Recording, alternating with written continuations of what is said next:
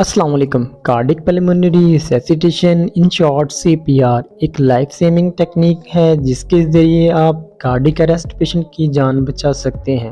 Cardiac arrest ایک ایسی condition ہے جس میں انسان کا دل دھڑکنا چھوڑ دیتا ہے اور وہ اچانک سے گر جاتا ہے اور پیشنٹ کی سانس رک جاتی ہے۔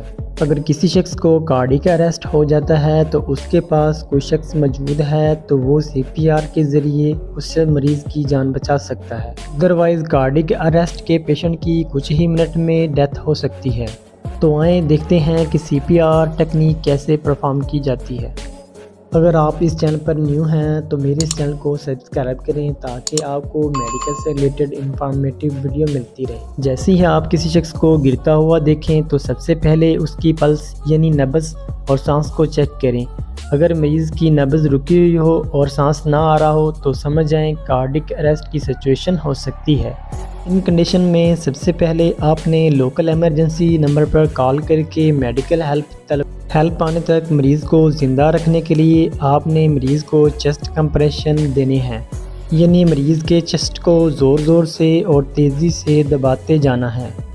ایسا کرنے کے لیے آپ کو اپنے ہاتھ کی پام یعنی ہتھیلی کو مریض کے چیسٹ کے سینٹر میں رکھنی ہے اور پھر دوسرے ہاتھ کو پہلے ہاتھ کے اوپر رکھ کر چیسٹ کو ٹھیک اسی رفتار سے دباتے جانا ہے جس رفتار سے دل دھڑکتا ہے۔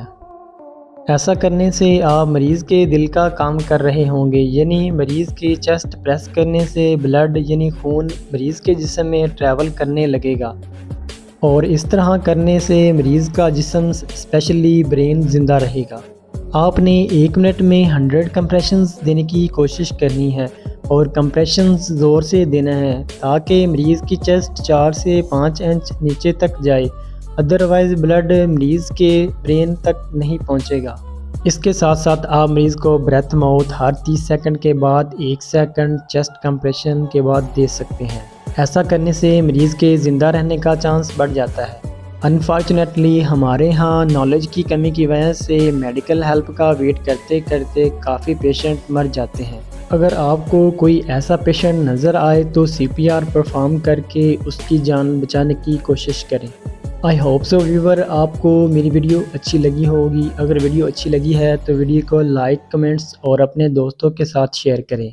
ملتے ہیں پھر نیکسٹ ویڈیو میں، تب تک کے لیے اللہ حافظ۔